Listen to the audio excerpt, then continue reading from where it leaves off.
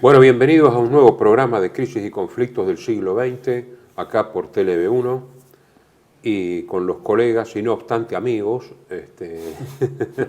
Héctor Juliano y Raúl Canicova. Especialmente amigos, sí. Y estamos ya en la etapa final de la Segunda Guerra Mundial, conflicto más importante del siglo XX y de todos los tiempos según los especialistas. Brevísimo raconto para los espectadores. En los dos últimos programas nosotros ya hemos encarado el Frente del Oeste en el año 44.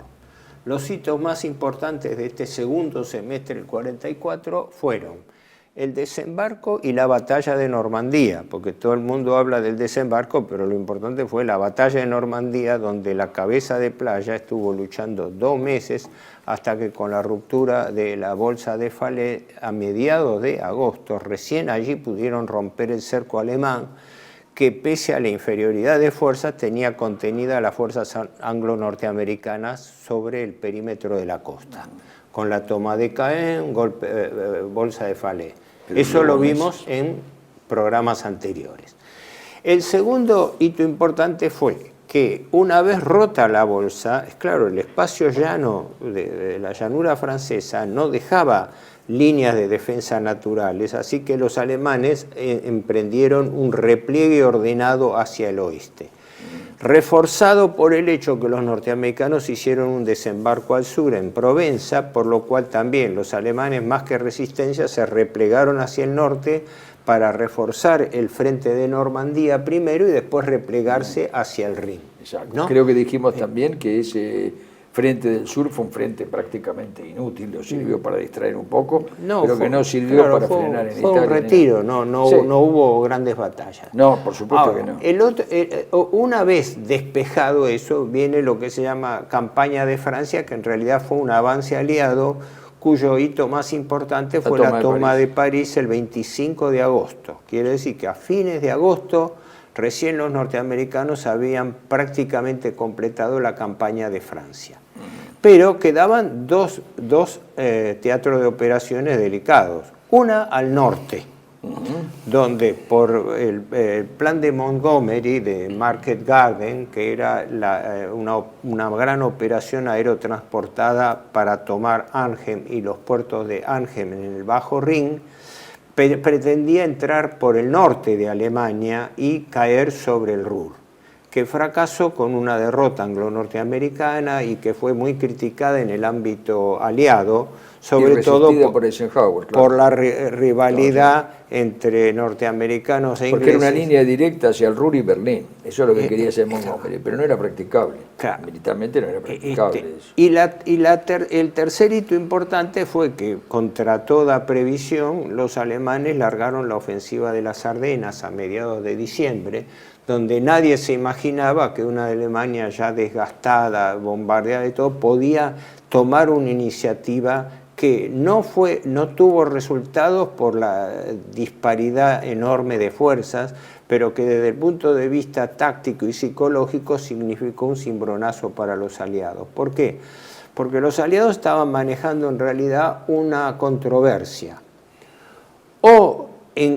La toma del Ruhr, que en eso estaban fundamentalmente el mando británico más que nada, aunque Bradley también asentía. No, el Ruhr ahí estaban unificados. Claro, sí, la marcha directa hacia el oeste-sudeste, en la cual estaban embanderados varios norteamericanos y de la cual era también partícipe Patton, que estaban urgidos en llegar a tomar contacto con los rusos porque el avance ruso estaba progresando más rápido que el del oeste, y en consecuencia la idea, en particular la de Patton, que él después tardíamente la encara, que era irrumpir con las fuerzas británicas hacia el sureste de Alemania, para entrar por Austria y por Checoslovaquia para frenar el avance ruso. Exactamente. Finalmente, como vamos a ver después en otros programas, lo hizo, pero lo obligaron a retroceder. Pero tardíamente. Sí, lo hizo tardíamente. Pero así que esto desembocó en lo que vamos a ver. Después de Yalta eso quedó anulado. La bolsa del Ruhr. Entonces,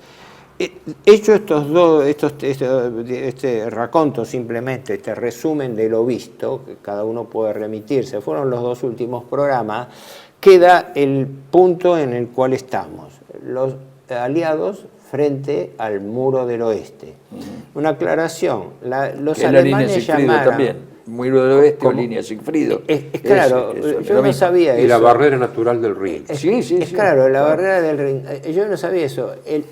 La denominación oficial alemana era Muro del Oeste. Sí. Y la expresión... Westwall, Muro del Oeste. Claro. Y los aliados le decían Siegfriedline. Y los aliados bautizaron línea Sigfrido, ¿no?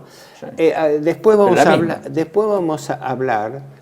porque en realidad, pero para no adelantarnos, vamos a ver primero las operaciones que se hicieron al oeste del Rin, fundamentalmente a Kisgram. ¿Por qué? Porque los aliados avanzaron con poca resistencia, si bien los alemanes retrocedían lo más ordenadamente posible, es decir, no se produjo un colapso, sino un retiro organizado. Pero se dieron varias batallas menores. Una de ellas, por ejemplo, fue la batalla de Lorena. Porque no nos olvidemos que Lorena había sido provincia alemana, junto con Alsacia, y que la población mixta era como pasó con los flamencos en Bélgica, ya no entraban en un territorio donde había población como en Francia favorable, sino una población que al menos tomaba con frialdad la irrupción de los conquistadores anglo-norteamericanos. Sí, ¿no? por supuesto. Por eso la punta de lanza lo ponen a Delattre de Tassigny con algunas unidades francesas. Bueno, sí, el general para maquillar un poquito la cosa. Es claro. Y lo último es esto, acordémonos que el frente de Holanda quedó intocable, porque Holanda resistió hasta el fin de la guerra. Sí. Tenía un gobierno afín, el gobierno Muset, pero también tenía el apoyo de gran parte de la población, por lo cual la ofensiva británica se mantuvo como eje en el norte para romper el Rin y caer sobre la bolsa del Ruhr, mientras que Bradley tenía la misión de romper por el sur para generar una bolsa. Porque hay algo que hay que contar, se empezó a correr la voz de que se iba a formar un reducto alpino, que nunca existió, pero empezó a circular la idea de un reducto alpino que abarcaba el norte de Italia, toda Austria, por supuesto, y sobre todo Baviera, y quizá parte de lo que hoy es la Eslovaquia y la República Checa. Esa idea de un núcleo central es la que preocupaba más que nada a los norteamericanos. Curioso es ver que, terminada la guerra, aunque nos adelantemos un poco, las zonas de administración, la inglesa está en el norte, la francesa en el centro y la americana en el sur. O sea, según la orientación que tenían, finalmente quedaron determinadas las zonas. La inglesa era evidentemente llegar a Berlín, pero a los norteamericanos no les interesaba Berlín. En primer lugar, había una negociación ya secreta con Stalin de que en realidad... Pero se confirmó ya. Se confirmó Todavía ya. Estaba ahí pero además Eisenhower sabía que el precio iba a ser muy alto. Dice, para un objetivo que es sobre todo de prestigio, por eso que el precio lo pongan los rusos. Había también una... El cálculo norteamericano efectivamente fue esto, pero déjame decir algo previo. Los anglo-norteamericanos en el oeste tenían una disyuntiva.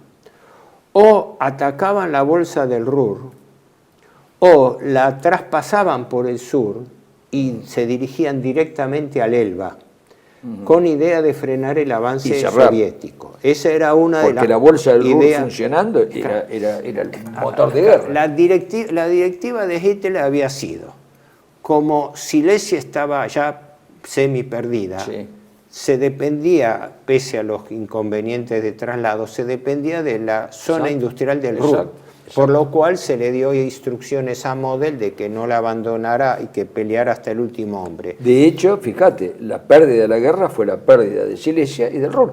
O sea, las dos zonas, se paró la industria, se paró todo. Claro, se pararon las municiones. Pero con esta aclaración, que un ala de la oficialidad norteamericana, entre las cuales se citan a Bradley, Patton y no sé quién otro. Patton dependía de Bradley, era el punta de lanza, ¿no? Hodge.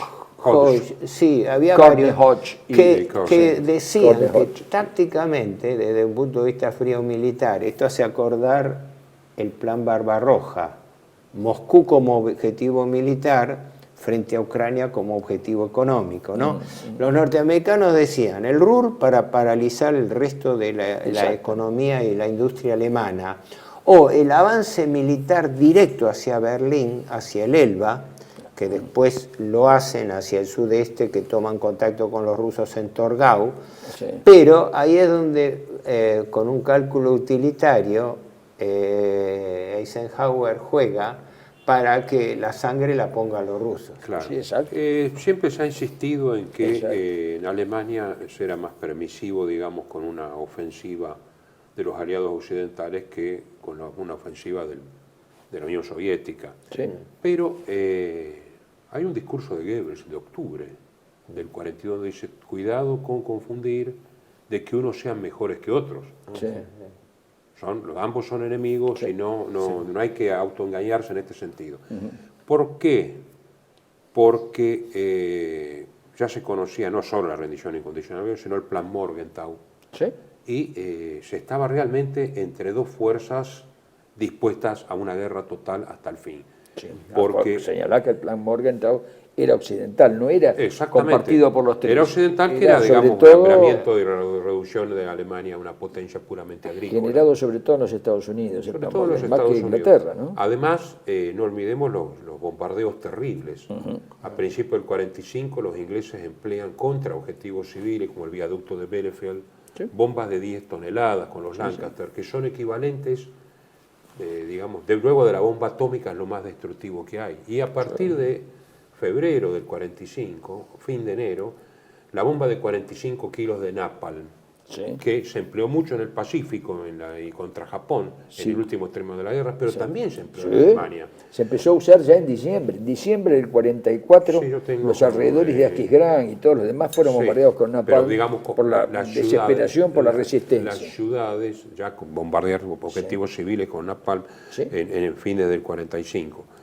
Del 44. No, fines de enero del 45. Por eso dijiste fines del 45. Sí, fines, no, había dicho enero antes, sí. Claro. Por eso, tenemos este cuadro. La campaña de Francia había terminado, los aliados están cerca del Rin, pero antes se da la primera batalla en territorio alemán, que es la que vos manejás, la de Aquisgrán. Aquisgrán sigue siendo todavía la ciudad más al oeste de Alemania, está ahí en la frontera entre Bélgica y Alemania. Por eso tiene tres nombres, tres denominaciones. Claro, Aachen en alemán, y Aquisgrán o Aix-la-Chapelle en francés.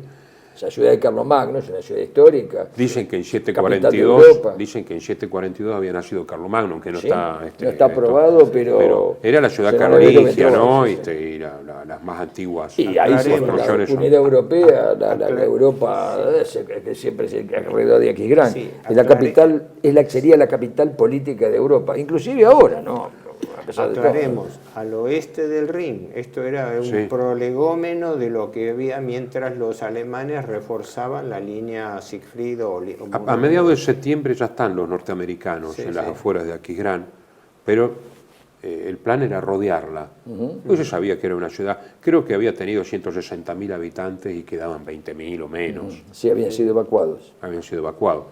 Estaban algunas de las mejores unidades norteamericanas, como la primera de infantería, estaba la segunda de infantería, creo que estaba la tercera blindada, estaba Collins al frente de la primera de infantería.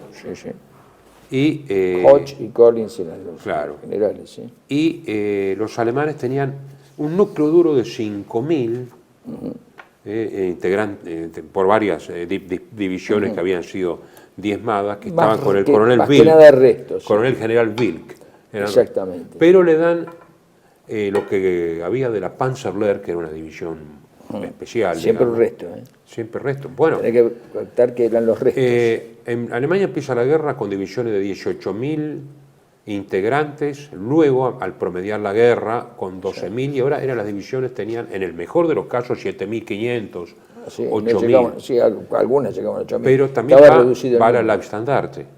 Sí, la primera, pero batallón de la división, creo que mandan un par de batallones. Había 11 tanques pesados nada más, por eso, frente a una división. Después fue integrado con más. Claro, psicológicamente era la primera ciudad alemana en ser Exacto, y entraban en acción, empezaban a entrar en acción ¿cómo se llama? El Folkestone, los se llamaban granaderos populares, las brigadas de granaderos populares, los Folkestone.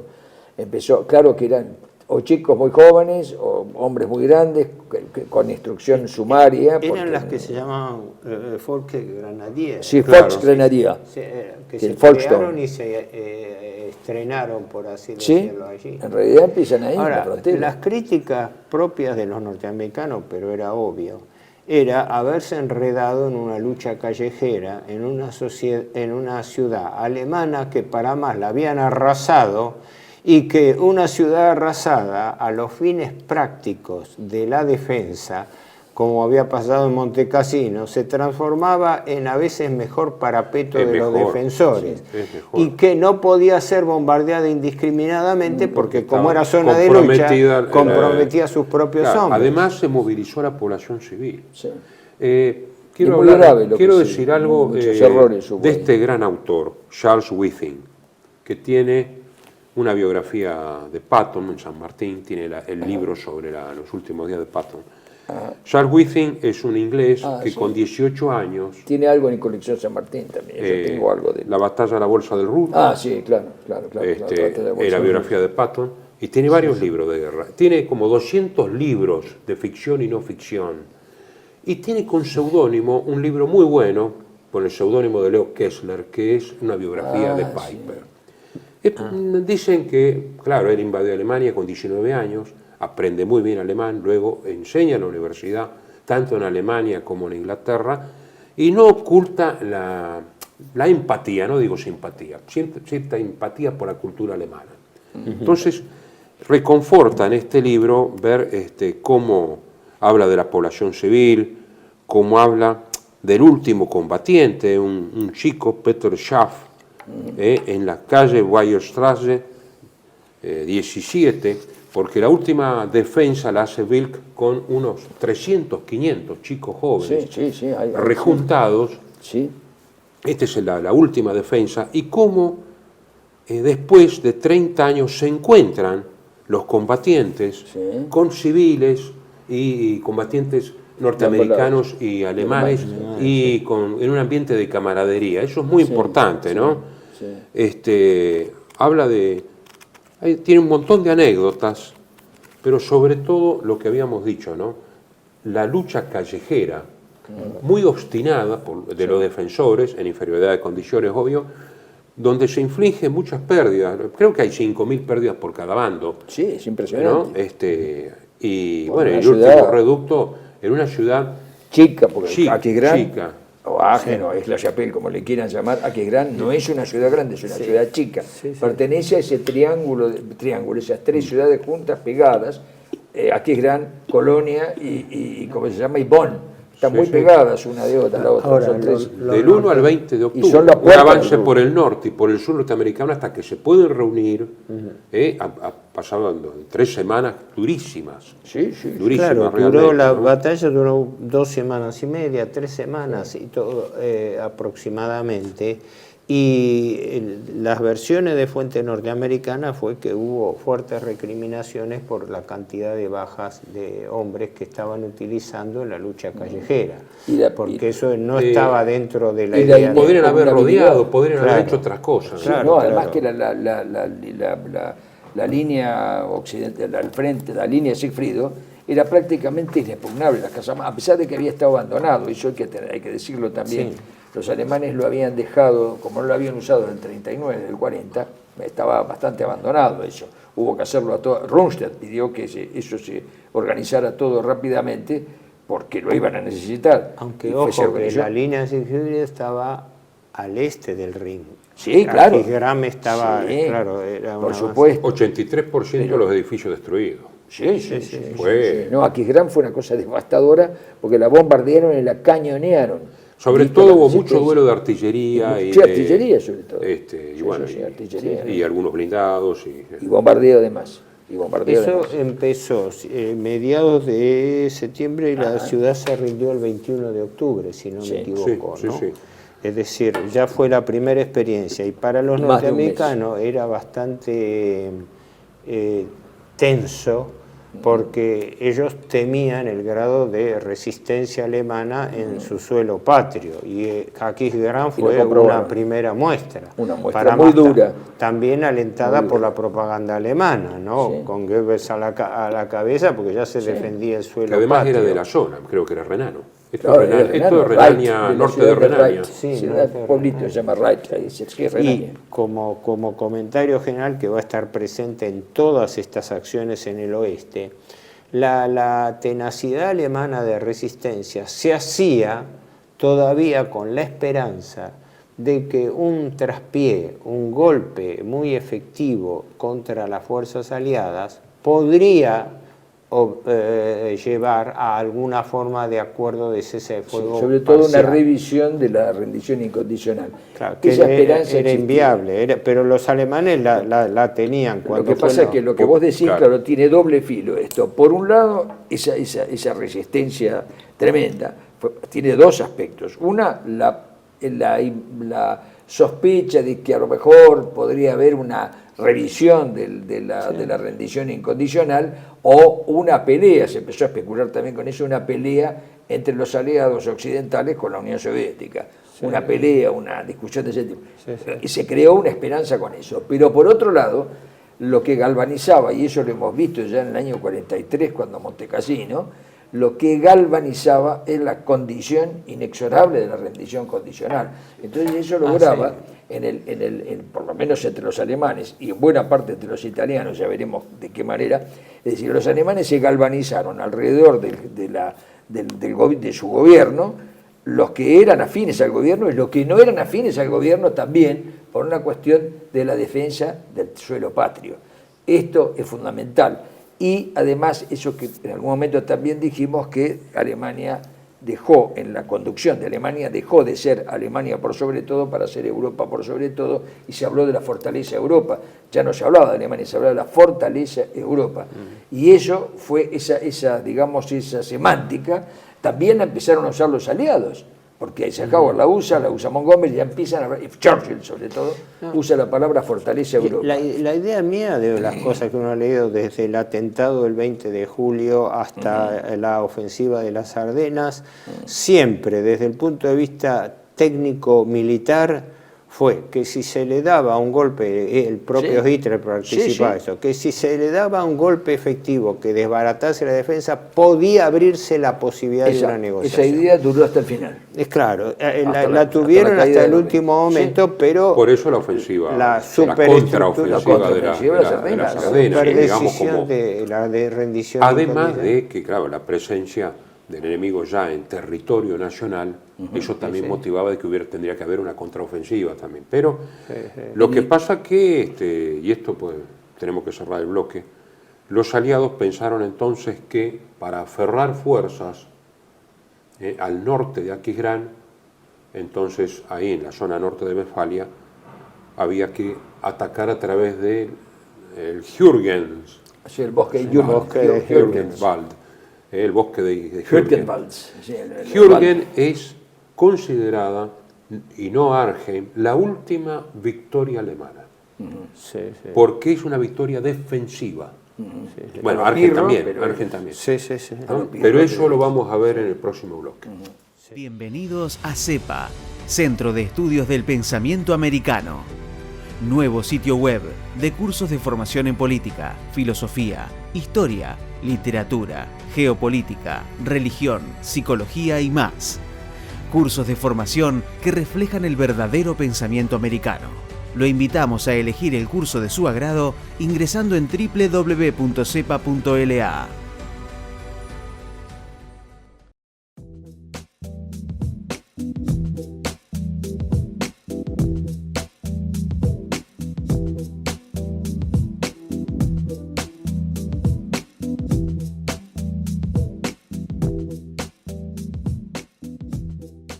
Decir siempre la verdad primero tiene un precio. Dependemos de tu ayuda. TLB1, toda la verdad primero.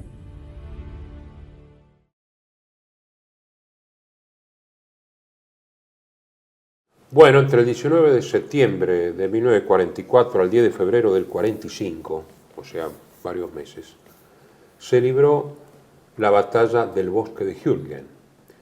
Es una zona donde hay valles y bosques prácticamente impenetrables, pues son coníferas, es una zona oscura, sí. Porque claro, poco sol. Por eso uno de los libros se llama Dark and Bloody Hürgen, de McDonald's, que lamentablemente no lo tengo. Aclaremos, el bosque de Hürgen como zona geográfica abarca parte de Alemania, Bélgica y un poquito de Luxemburgo, pero es prácticamente belga, parte de las Ardenas. Germano-belga, una parte de las Ardenas, sí. O de lo que los alemanes llaman Westerwald, porque las Ardenas tiene varios nombres, ¿no? Es el Westerwald. La batalla se da en 130 kilómetros cuadrados. Buenos Aires tiene 209 kilómetros cuadrados, ¿no? Sigue siendo, para las fuerzas norteamericanas y para la historia de Estados Unidos, la batalla más larga y enconada que solos ellos han librado, y con la mayor cantidad de bajas relativas en relación a las fuerzas empleadas. Sí. Es realmente una victoria defensiva alemana, ¿no? Y ocupa esta zona entre el Ruhr y Aquisgrán, precisamente, y también se le criticó de que los aliados se empeñaron inútilmente en avanzar a través de un bosque, en un objetivo cuando Aquisgrán ya podía haber sido ordenado. Y bueno, y Hürgen de alguna medida que no podían avanzar blindados en esa zona. Además, claro. Y no podía ser bombardeado con precisión. No. Así que hubo un combate, la artillería alemana, que era muy numerosa, pues, va cambiando en el curso de la guerra. Lo que es arma defensiva esencial es la artillería y los antitanques y la antiaérea, ¿no? Y se tiraba a las grandes coníferas porque se caían y se astillaban, y era un arma anexa. Era tremendo, ¿no? Además, fortines, campos minados, búnker, todo lo que ustedes se puedan imaginar en medio de una zona boscosa densa. Con el invierno encima, porque eso se libró en invierno. El epicentro de la batalla fue en diciembre, enero, que es cuando pleno invierno, y con una cantidad de bajas enorme, además de provocar, que esto es el problema, el quiebre psíquico de las tropas, no en los alemanes, sino en los norteamericanos. Se empezaron a cometer atrocidades y actos de locura, se vieron, ¿no? Eso hablaba del carácter traumático que tuvo para los norteamericanos. Exactamente, por eso produjo actos de locuras, pero además se vieron escenas terribles, por ejemplo, qué sé yo, gente que estaba loca caminando con bolsas con orejas o con dientes, arrancaban dientes a los cadáveres, empezaron a una serie de actos psicopáticos que lo denuncia. Es interesante en el libro de Atkinson, que este libro es muy interesante porque denuncia estas cosas como una situación de quiebre. Y ahí quien era corresponsal en esa zona es Ernest Hemingway, el famoso escritor norteamericano, ¿no? Sí. El autor de Por quién dobla las campanas y el viejo y el mar, etcétera, el novelista americano. Él dice que nunca había visto muchos horrores, pero nunca uno igual. Y en la correspondencia de las tropas de ambos lados, pero sobre todo del lado norteamericano, que son los que más se conservan, la correspondencia, en todas se figura la palabra horror, ¿no? El horror de ese bosque, ¿no? Fue una batalla de 4 meses. No nos olvidemos que la batalla del bosque de Hürgen ocurrió antes de la ofensiva de las Ardenas, por lo cual fue un desgaste norteamericano. Empezó antes, pero fue contemporáneo, acompañó. Después sí, duró hasta febrero. Y otra cosa más es que vos comentabas, la zona boscosa, cuasi selvática del bosque, de la humedad, de la falta de visibilidad, se vio agravada porque los alemanes volaron una presa que inundó parte de la zona contigua de acceso, con lo cual también los norteamericanos tenían problemas para hacer llegar sus refuerzos a las tropas que quedaron pegadas al terreno. Y eso aumentó aún más. Fue una de las encrucijadas más jorobadas que tuvieron los norteamericanos. Una vez tomado Aquisgrán, fueron trasladadas algunas de las buenas unidades norteamericanas. Alguien dice por ahí, pero no es Hemingway, es otro, no me acuerdo, dice por allí que el bosque de Hürgen de Hürtgen era parecía sacado de los cuentos de los hermanos, el típico bosque de nieblas y demás sacado de los cuentos de los hermanos Grimm. No me acuerdo quién dice esto, pero la imagen es así, ¿no? Hace poco yo vi un documental que refrescaba lo que había sido y mostraba las imágenes hoy que parecen idílicas de un bosque floreciente, de que se utiliza para paseos en bicicleta, etcétera, y todo. Y recordaba eso, dice, cómo quedaron hasta sepultadas por el follaje, nidos de ametrallador, etcétera, porque como los alemanes conocían mejor el terreno, ellos cambiaban las posiciones de tiro, porque conocían mejor el terreno y los mejores ángulos de cerco, de tal manera que había tropas norteamericanas de avanzada que de golpe quedaban expuestas a fuego de retaguardia, ¿no? Hacía acordar a es que era así, no, es que era un lugar, un lugar muy lindo. Hay la canción del Westerwald-Lied dice, oh du schöne Westerwald, oh tu bello bosque del oeste, que es la Sardina. Sí, el lugar es muy lindo. Creo que había 14 divisiones norteamericanas con más efectivos que por 12 alemanas, 5 eran Volksgrenadier, que eran no eran tropas de primera línea, pero que en el bosque se comportaron muy bien, los Volksgrenadier. Yo tengo acá anotado que los norteamericanos tuvieron 33.000 una verdadera fuerza de la gleba, ¿no? Porque en realidad es la fuerza del Volkssturm, los Volksgrenadier, eran la fuerza de la gleba, era como volver a los lanzquenetes de la Edad Media, ¿no? La tropa de leva, asalto popular, tiene varios nombres, ¿no? Pero en realidad es eso, ¿no? Las brigadas populares. Tuvieron 30.000 bajas norteamericanos. 33.000 bajas. Comparado con lo que tuvieron en Normandía y en empeñaron en la batalla más de 120.000 hombres y tuvieron 33.000 bajas. Ahora, la novena de infantería para el 16 de octubre, para hacer 2,5 kilómetros son 25 cuadras. Claro, exactamente. Tuvo 4.500 bajas. Sí, ¿Qué pasa? Que esto fue opacado por la contraofensiva de Ardenas. Entonces Argem y Ardenas se llevan todo, y no Aquisgrán y Jürgen. Exacto. No, de no haber existido las Ardenas, esto sería el punto más acentuado. Lo que pasa es que son contemporáneos. Sucede en el mismo momento. Este es el asunto, ¿no?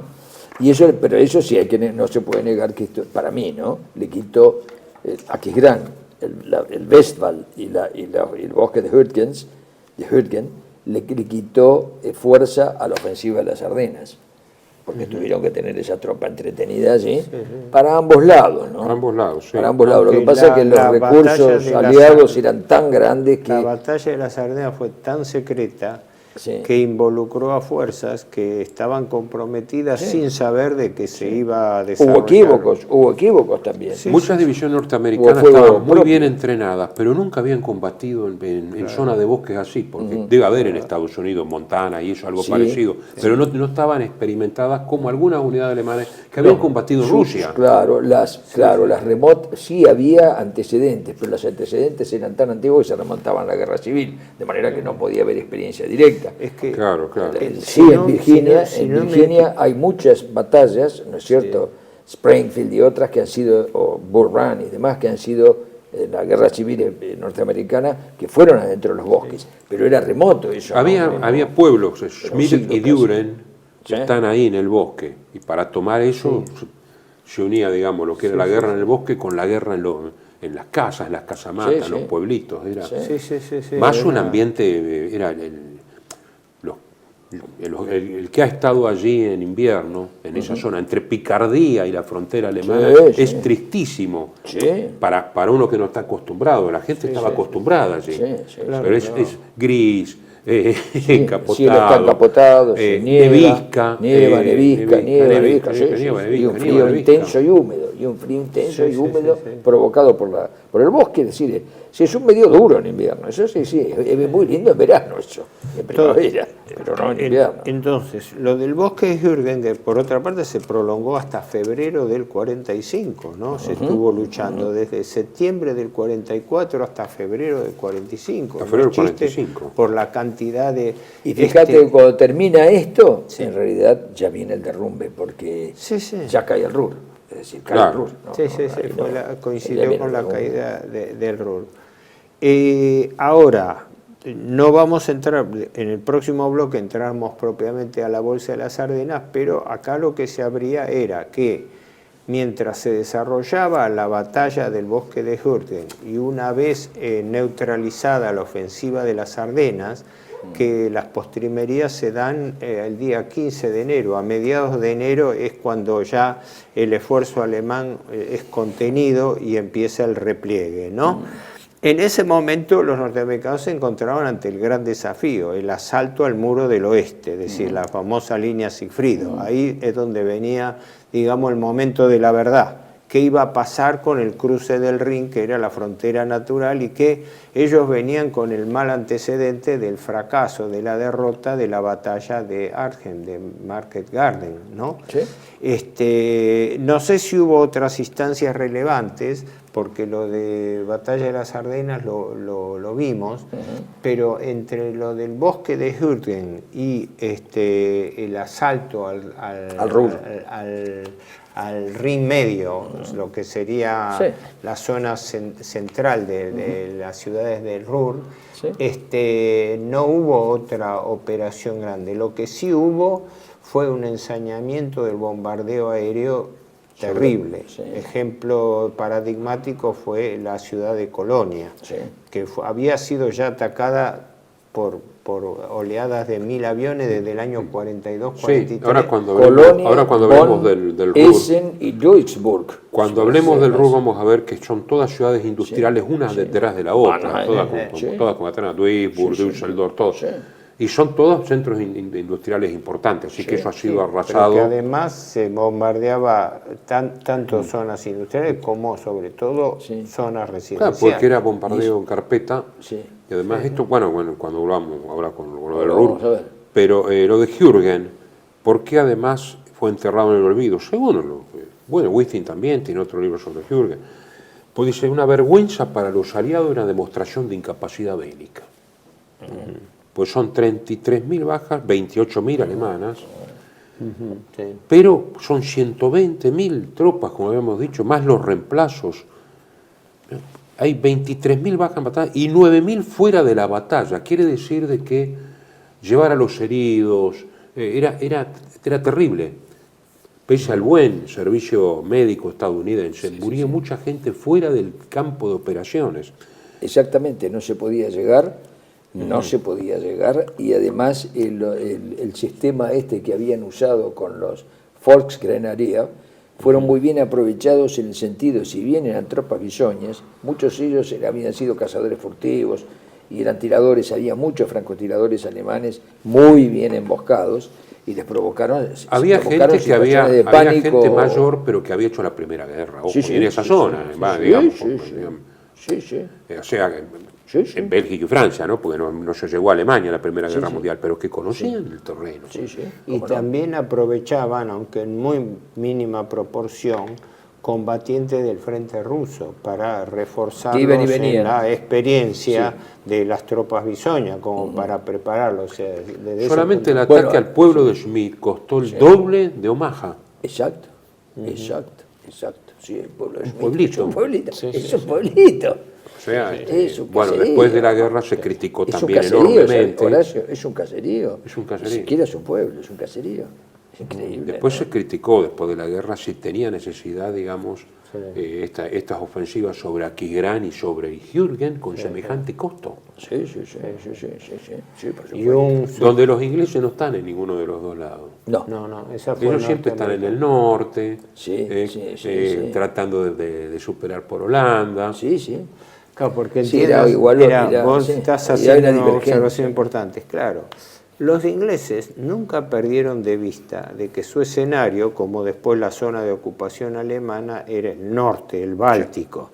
Ellos estaban interesados en el control de los puertos del Después de la guerra fue la zona de ellos. Exacto. Y también en las operaciones militares. Por eso, mientras se decía que el mando norteamericano estaba pensando en ver si llegaban a Berlín o no, si les convenía que la sangre la pusieran los rusos y no ellos, y eran aspectos tácticos, pero de avance frontal hacia el oeste.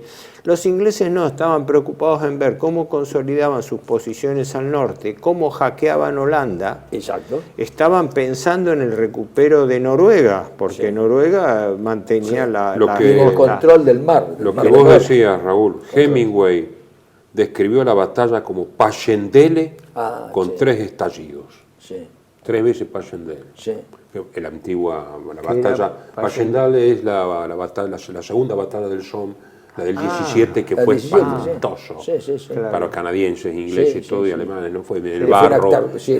Una carnicería donde los cadáveres y los heridos eran enterrados y desenterrados varias veces. Dos datos para terminar con Jürgen. Sí. Uno es que hubo un objetor de conciencia norteamericano, el soldado de origen, no sé si croata o serbio, Edward Slovic, de la 28 División, que prefirió una corte marcial a combatir. Fue fusilado el 31 de enero del 45, el primer soldado estadounidense en ser ejecutado desde la Guerra Civil. Mirá vos. Eso sí que pero el cargo era porque era cuáquero o porque era... Le dijeron que era por cobardía, pero creo que era un objetor. No se sabe, no se sabe por qué. No es el único fusilado ni por el ejército de Estados Unidos, pero sí por objeción.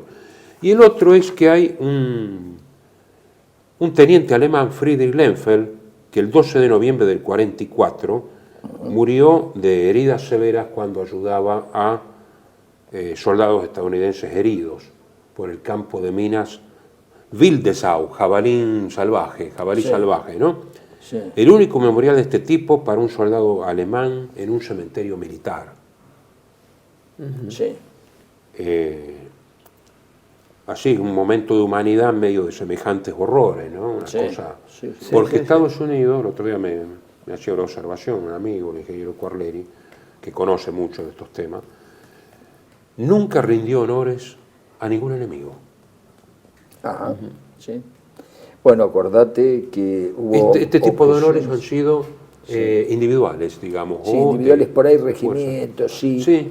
En el caso de la tumba de Wittmann en Normandía, pero no oficial, no es oficial. No es oficial. Como los ingleses sí lo hicieron, los alemanes sí lo hicieron. Una visita oficial en el año 89, por ahí, del presidente Reagan, Ronald Reagan, visitó el cementerio de Wittenberg y tuvo críticas muy severas por parte de ¿cómo se llama?, del Departamento de Estado, en fin, de la política norteamericana, porque había visitado el cementerio de Wittenberg.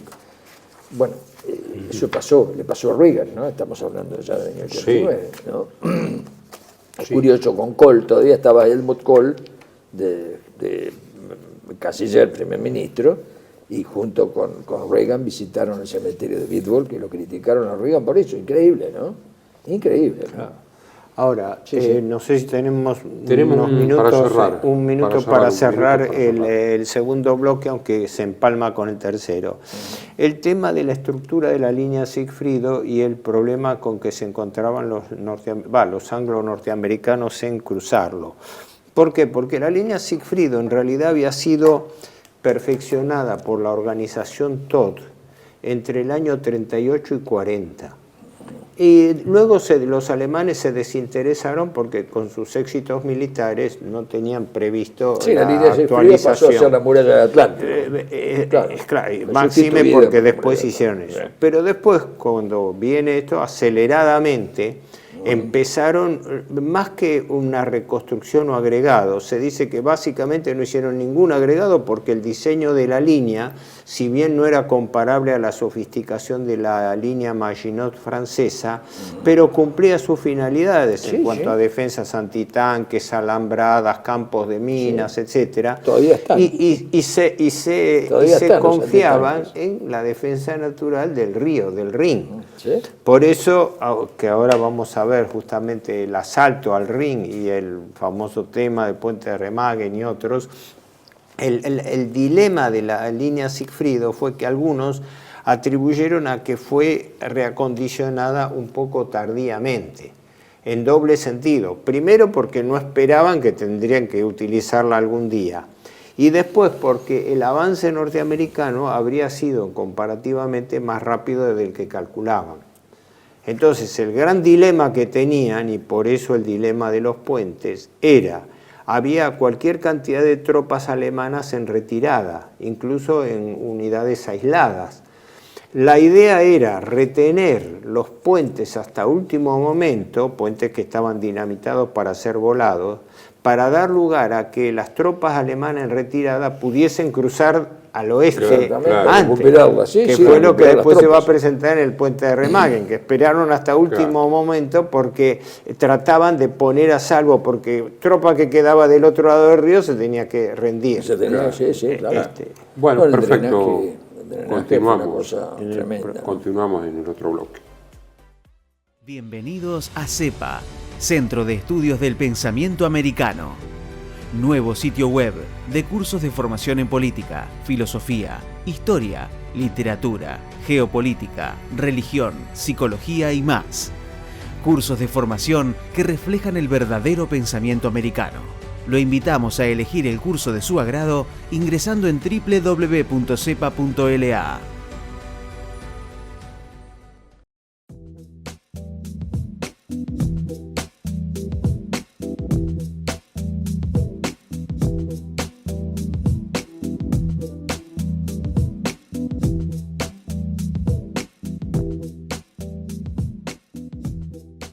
Decir siempre la verdad primero tiene un precio. Dependemos de tu ayuda. TLB1. Toda la verdad primero.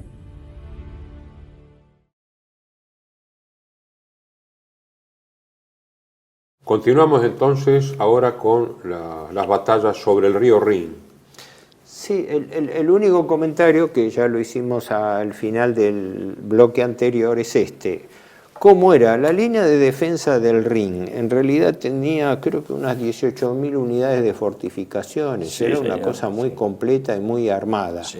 Desde ese punto de vista no hubo una inversión adicional alemana, pero sí hubo un refuerzo de unidades. Ahora, el dilema que tenían los alemanes era el facilitar hasta el último momento la escapada de las fuerzas en retirada para después. Los puentes estaban volados y ya habían sido volados la mayoría de los puentes importantes. Quedó el famoso puente de Remagen, que era el puente Hindenburg, que era a la altura de Münster, creo, que la ciudad más cercana. Que, aclaremos el episodio en 2 palabras, el puente estaba dinamitado. Lo que pasa es que era un puente de estructura metálica enorme, con todo un arco doble de acero, de tal manera que las cargas explosivas, cuando esperaron hasta último momento, le dieron voladura, pero no llegaron a desmoronar el puente. No. Pero obstruyeron la entrada, por lo cual no podían transitar blindados norteamericanos, pero sí podían entrar unidades de asalto, que es lo que realmente lograron. Es decir, que una unidad, no sé si era del cuerpo de Bradley, no sé cuál era la unidad, se encontró algo así sorpresivamente de que encontraron un puente, no digo intacto, pero un puente transitable. De todas maneras, el puente fue cruzado por unidades de a pie, pero del otro lado del puente se encontraron con resistencia enmascarada alemana, que los alemanes, conociendo el terreno y los recodos del Rin, se encontraron con una encerrona muy jorobada donde empezaron a tener fuertes pérdidas y quedaron contenidos como una pequeña cabeza de playa dentro del puente, ¿no? Mientras tanto, los ingenieros norteamericanos en realidad construían 2 puentes de pontones artificiales al sur que le fueron más útiles que el propio puente. El puente de Remagen, porque después el puente de Remagen, después de 2 semanas de lucha, al final fue volado. Fue volado tardíamente, pero se dijo, se voló después que los norteamericanos habían cruzado y después que habían consolidado su posición con los 2 puentes artificiales de pontones. Exacto. Y un último comentario, eso lo vi en un documental en realidad que contaba la anécdota de qué había pasado con el capitán, creo que era capitán, no era un oficial de alta graduación alemán, que estaba a cargo de la defensa del puente. Cuando la noticia llega a Berlín, al cuartel general del Führer, de que había caído un puente, decían intacto en manos de los aliados, Hitler ordena el fusilamiento del jefe responsable.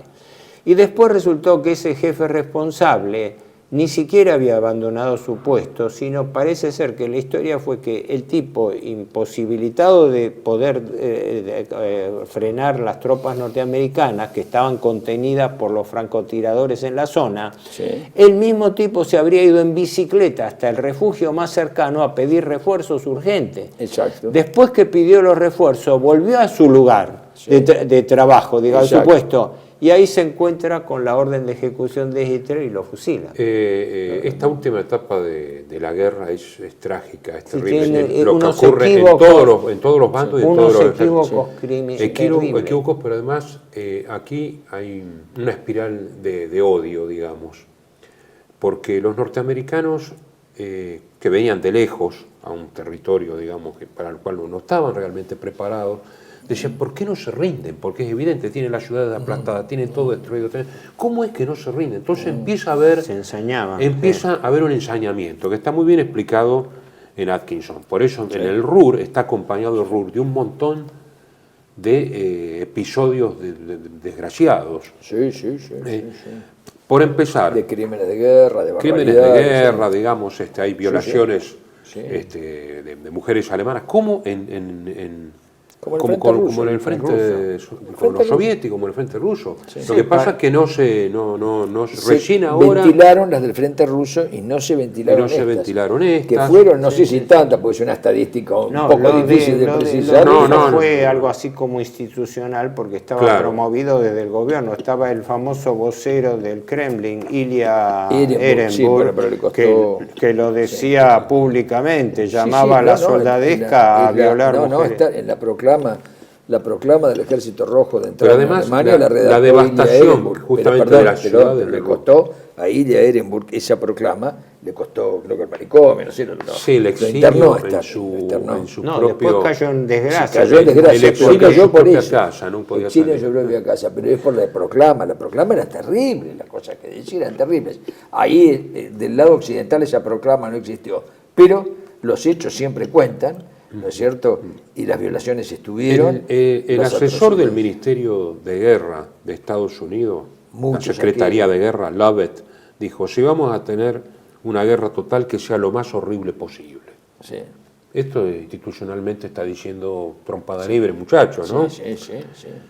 Y dice un cabo, en una carta, un cabo norteamericano que está ahí, dice, gracias a las fuerzas aéreas aliadas, gran parte de Europa se está pareciendo a Stonehenge.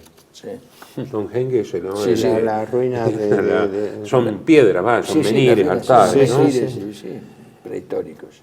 Y claro, los historiadores dicen que los libertadores, ya lo decían en Francia, se convirtieron de repente en saqueadores, violadores y asesinos. Dictaron 443 penas de muerte por violación y asesinato, e incluso ahorcamiento público en el ejército de Estados Unidos.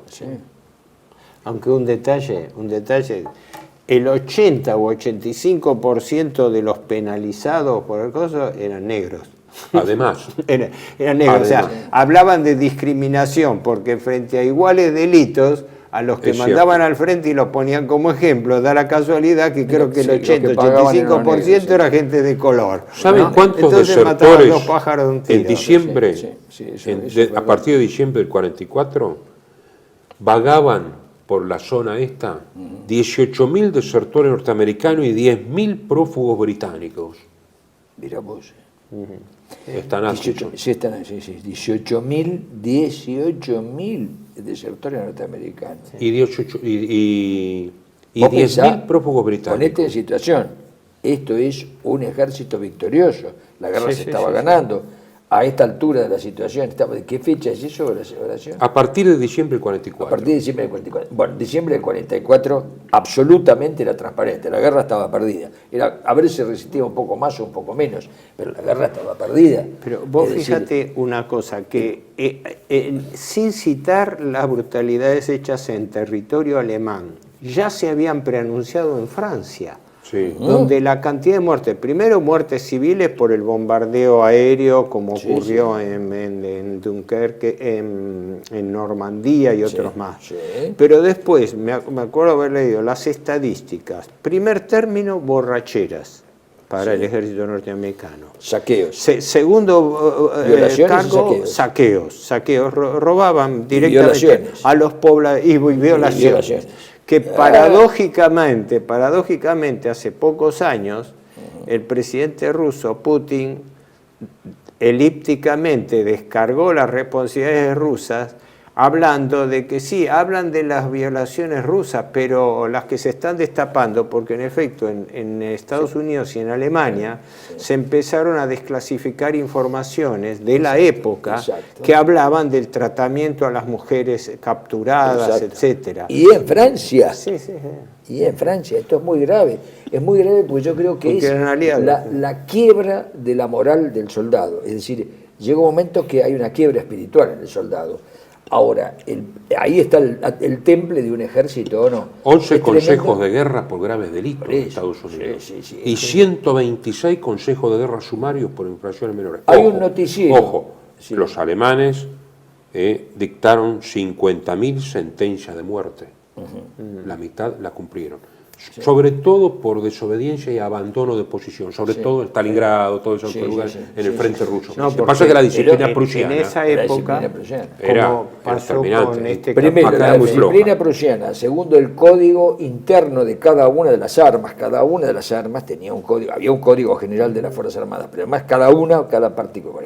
El famoso código de la Waffen-SS era terrible. Vos sabés que un robo significaba un fusilamiento, una violación significaba un fusilamiento muy complicado. Eso pasó, sucedió eso sucedió. Pero el problema es que está agravado en estos momentos por la situación desesperante y la inconducta del mismo enemigo, que es curioso porque está triunfando.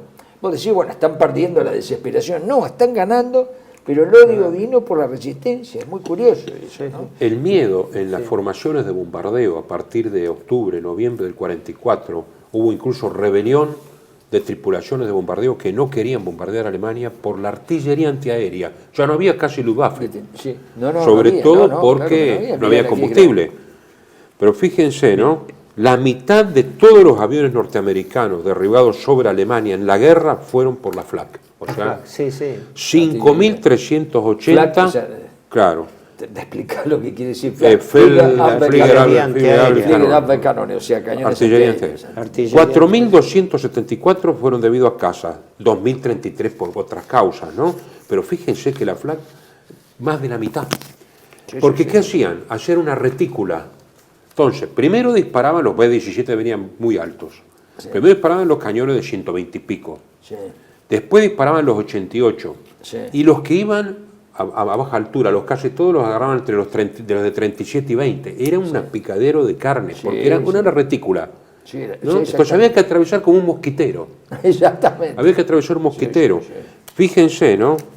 Entre julio del 42 y abril del 45, la octava Fuerza Aérea Norteamericana perdió 1.798 bombarderos pesados, 1.046 de ellos entre noviembre del 41 y mayo del 45, pero también dañados, y que muchos no se recuperaron, 54.539 bombarderos, 47.000 tripulaciones fueron tocadas por esto, 26.000 muertos. Ojo, el Bomber Command, mucho más todavía, ¿no? Bombardeaba de noche permanentemente. Perdóname, por cuestiones de tiempo, para que no se nos escape el tiempo. Entonces, Bolsa del Ruhr.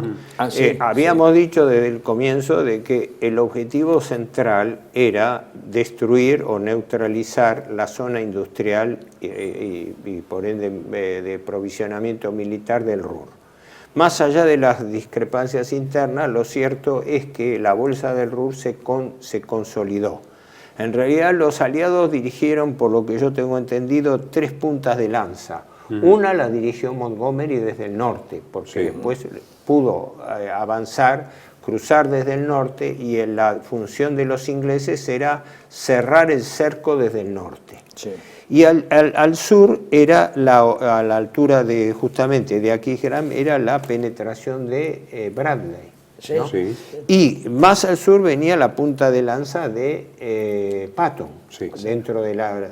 La cuestión es que ahí se da todo un dilema que es una tragedia, porque... Una línea por el norte y dos por el sur para acercar toda la zona para del Ruhr. acercar la zona del Ruhr. ¿Qué pasa? El comandante asignado a eso era uno de los comandantes más meritorios de la Segunda Guerra Mundial, el mariscal Rommel, que había estado... Model. Walter Model. Walter Model, que se había desempeñado heroicamente en el frente ruso. Sí, y a quien Hitler lo pone al mando, ¿no? Del grupo de ejércitos B, que era el que se replegaba hacia el norte. ¿Qué ocurre? Model no tenía un ejército en condiciones organizadas, porque las unidades habían sido diezmadas y sufrían el problema clásico de que eran unidades que estaban sobre el plano, pero en la práctica estaban diezmadas y podían tener 2.000-3.000 hombres. Y heterogéneas, la heterogeneidad y la diezmados y heterogéneos. Claro, eso es complicado, ¿no? Claro.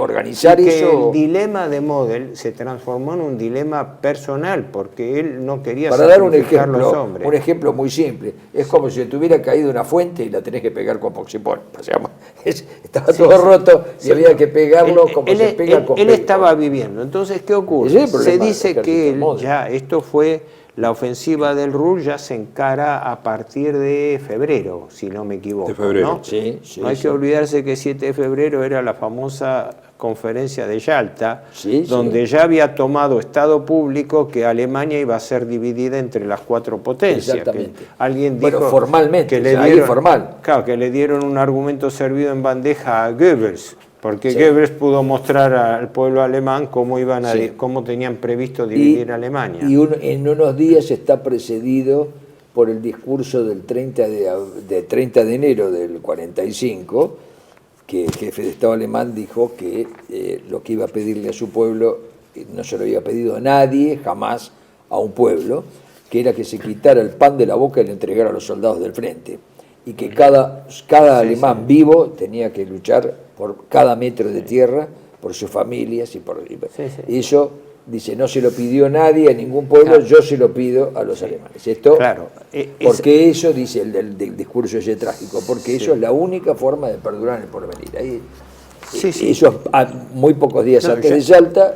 El discurso ya estaba planteado en términos trágicos, dramáticos. Sí, absolutamente trágico. Lo que pasa es que el dilema de Model fue este. Él estaba consciente de que no tenía unidades suficientes para poder combatir esa desproporción de fuerzas. Exacto. Y que sus unidades estaban en gran medida desintegradas por las bajas y por la desconexión entre ellas. Por eso te dije como un plato roto que hay que pegarlo. Es claro. Todo pedazo. Ahora, frente a eso, según se sostiene, y que estaría documentado desde ya, Model pidió insistentemente a Hitler que le permitiera organizar un escape, abandonar el Ruhr, rompiendo hacia Wiesbaden, no sé, hacia qué lugar, para hacer lo que se había intentado en su momento en Stalingrado, hacer un escape a tiempo abandonando el Ruhr.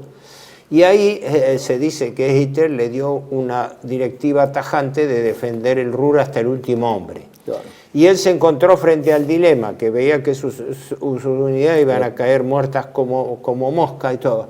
Entonces, se dice que mandó un emisario especial al cuartel general del Führer, y cuando llegó en enero, era el 13-14 de enero, en el momento que los rusos estaban lanzando la ofensiva del Oder. Claro. Exactamente. Y que dice que el ayudante de él ni se atrevía a proponérselo, porque el ambiente de tragedia que había en ese momento frente a la ruptura del Oder, y Hitler le había dejado tirado como una posibilidad que podía recibir refuerzos del general Wenck, que lo estaba necesitando para reforzar a Berlín. Así que prácticamente Model decepcionado. Fue ahí cuando Model convoca a los comandantes dependientes de él y los deja en libertad de acción, diciendo que aquel que no pudo, ojo, un tipo que había sido combativo hasta el extremo, pero que primó en él la consideración... Lo que se llama un tropero. el ejército. Él como militar, porque aparte se le atribuía a Model haber sido un oficial nazi y en realidad no consta que él hubiese tenido una adhesión ideológica. Sí tenía una adhesión a Hitler y al mando alemán, eso sí, a muerte, pero no que estuviese comprometido ideológicamente. Era un soldado. Rommel sí había sido. Rommel del partido. Es claro. Además, Model no me consta. Había una presión de la propaganda porque también Goebbels había alargado algunos comentarios acerca de aquellos que estaban rindiéndose en el oeste, etcétera, los traidores que estaban. Entonces se encontró con un verdadero dilema personal. Según entiendo, la cosa se zanjó así. Model, ya sin posibilidad de defensa del Ruhr, a mitad de semana la bolsa del Ruhr había sido penetrada y dividida en 2 secciones por los aliados. Quedaron 2 grupos ya imposibilitados de conectarse entre sí. No tenían combustible, no tenían armas, no tenían unidades de artillería, tanques. Y la desesperante falta de munición. El problema de la munición era una cosa tremenda. Withing dice directamente que Marshall y Bradley se oponían a Eisenhower. Eisenhower estaba empecinado en la toma del Ruhr. Porque en el fondo se podía ver, digamos, con tropa de segunda línea, haber aferrado a los alemanes y haber hecho maniobras. Pero claro, hubiera beneficiado a Montgomery. Patton y Bradley no lo querían a Montgomery. Pero además Eisenhower ya sabía que Berlín iba a caer, era para los rusos. Entonces, el 11 de abril del 45, cuando llega el 9º ejército al Elba, Eisenhower lo frena. Dice, eso sí, al final. El encuentro de Torgau, de Torgau con los rusos, que le dice, sí, perfecto, se saludan ahí, pero no avancen más allá de eso. Pero estaba, esa línea ya estaba delimitada en Yalta. Porque estamos hablando de abril, Yalta ya no es que había cuajado completamente y estaba todo aprobado y firmado. Es decir, la línea divisoria era el Elba, y por eso Patton pasó en el sur. Pero los que pasaron inclusive el Elba y llegaron a Leipzig tuvieron que retroceder. Es decir, el acuerdo era esta la línea de demarcación. Bueno, terminamos, dice... Espera, pero volviendo a lo del Ruhr, es claro, el dilema de Model, cómo se zanja, no sé si vos ibas a comentar eso.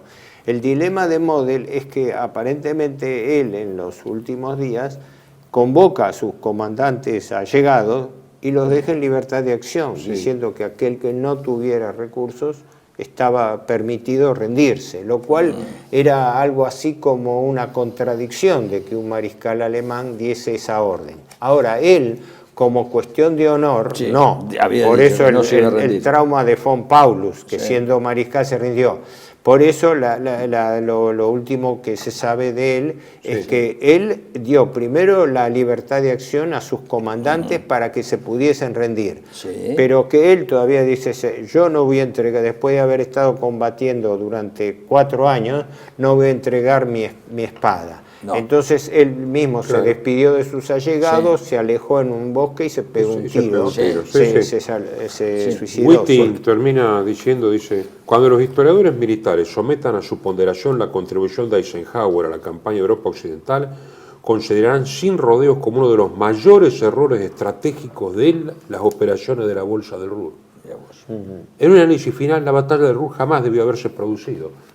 Porque se podía ocupar en lo que había que ocupar de otra manera. En cambio acá, ahora, lo de Model que contó él, Model en realidad, haciendo la inspección del frente para controlar los distintos grupos y darles esa independencia que vos dijiste operativa, se encontró que estaba muy cerca una patrulla americana y le dijeron, es muy difícil pasarla. Y ahí decidió, bueno, él lo había decidido de antemano, no se iba a rendir, y dijo, bueno, llegó el momento de no rendirse. Esa fue la actitud caballeresca de él fue que como militar tenía la orden de no rendirse, ni hacer rendir a sus hombres. Pero viendo el estado desesperante de la situación, los dejó en libertad de acción, pero él asumió su responsabilidad como mariscal y se mató. Un acto... Continuaremos en un próximo programa.